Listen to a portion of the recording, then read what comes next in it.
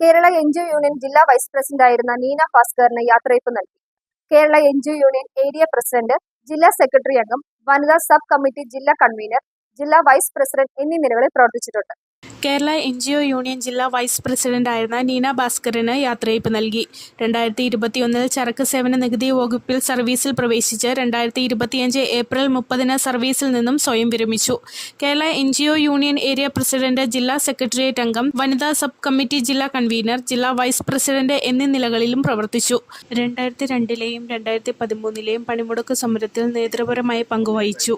തൊടുപുഴ ഗായത്രി ഓഡിറ്റോറിയത്തിൽ നടന്ന യാത്രയയപ്പ് യോഗം കേരള എൻജിഒ യൂണിയൻ സംസ്ഥാന വൈസ് പ്രസിഡന്റ് TM ഹാജറ ഉദ്ഘാടനം ചെയ്തു. 2001 സർവീസിൽ വന്നിട്ടുള്ള നീന 2002 32 ദിവസക്കാലത്തെ പണിമുടക്കിൽ പങ്കെടുക്കുമ്പോൾ സ്വാഭാവികമായും ഇന്ന് സിവിൽ സർവീസിൽ, അതായത് 9 വർഷക്കാലം മുൻപ് സിവിൽ സർവീസിലേക്ക് വന്നിട്ടുള്ള ജീവനക്കാരെ സംബന്ധിച്ചിടത്തോളം അതൊരു പുതിയ അറിവായിരിക്കാം.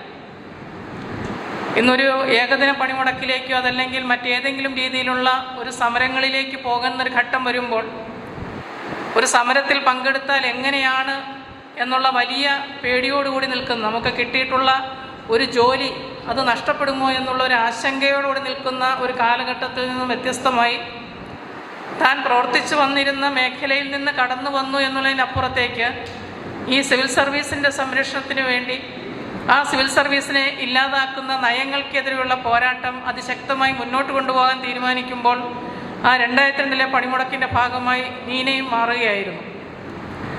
തുടർന്ന് 2013 പണിമുടക്കങ്ങളിലും വ്യത്യസ്തമായ നിലപാടായിരുന്നില്ല സ്വീകരിച്ചിരുന്നത്. ആ വ്യത്യസ്തമായ നിലപാടുകൾ എതിരായി മുന്നോട്ട് പോകുമ്പോഴും താൻ നിൽക്കുന്ന മേഖലയിലെ പ്രവർത്തനങ്ങൾ ഏറ്റെടുക്കുകയും അതോടൊപ്പം തന്നെ ഇവിടെ സൂചിപ്പിക്കപ്പെട്ട FSCTO പ്രസ്ഥാനത്തിൻ്റെ ഭാഗമായിട്ടുള്ള പ്രവർത്തനങ്ങളാണെങ്കിലും മേഖലയുമായി ബന്ധപ്പെട്ട് നിൽക്കുന്ന പ്രവർത്തനങ്ങളിലാകെ തന്നെ വലിയൊരു ഇടപെടൽ ശക്തിയായി തന്നെയാണ് നീന നിന്നിട്ടുള്ളത്. നമുക്കറിയാം, നാം ഇന്ന് ഈ സമ്മേളനം ചേരുന്ന ഒരു സമയമെന്ന് പറയുന്നത് രാജ്യം മറ്റൊരു ദേശീയ പണിമുടക്കിന് തയ്യാറെടുക്കുന്ന ഒരു കാലഘട്ടമാണ്.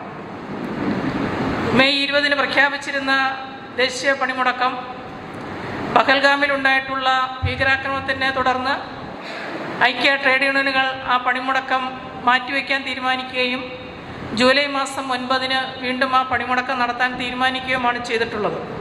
സംസ്ഥാന സെക്രട്ടേറിയറ്റ് അംഗം A. സുനിൽകുമാർ, ജില്ലാ president KK Prabhavakumar, secretary CS Mahesh, joint secretary TG Rajeev, FSCTU ജില്ലാ വൈസ് പ്രസിഡന്റ് ബാബു സെബാസ്റ്റ്യൻ, നീന ഭാസ്കരൻ എന്നിവർ സംസാരിച്ചു.